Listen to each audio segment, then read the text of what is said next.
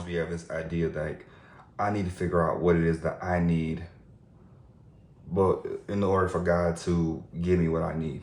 The word tells us to understand, right? The word that way we be sincere. The word tells us to get understanding, to not be ignorant of all these things, right?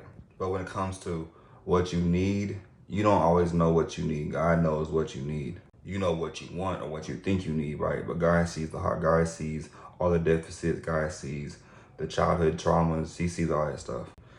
You know, one time I was praying for something, right? I was asking God, like, God, I need you to just to heal me from this emotional pain from my past, right? Something that horrible that had happened to me, you know what I mean? That made me, that just held me back in a lot of ways. I'm starting to do good again.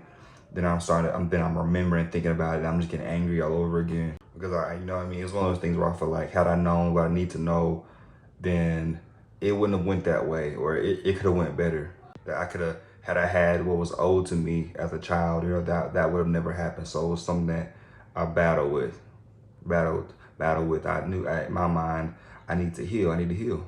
And sometimes it's not all about healing. God was showing me, he was like, when he showed me that it's not that you need to heal, that part of you needs to die. You need to accept that it could never have gone that way, right?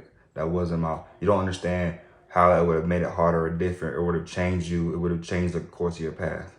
You know, there's no such thing as what if. What if this happened? What if it went that way? There's no such thing as what if, because with God, all your steps are ordered, right?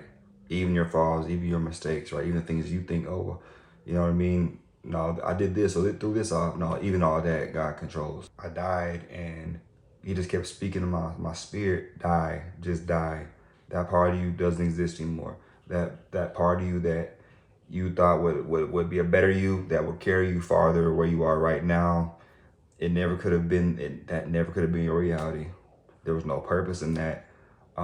There was no fruit there. You know, it goes all back to trusting God with your life, with the details of your life, with your life dynamics. The who, the why, the what, the where, the when, all belongs to God. You gotta give all that to God. And then he made it to where when I look back at it, I seen that version of me dead. I seen God's value in my life.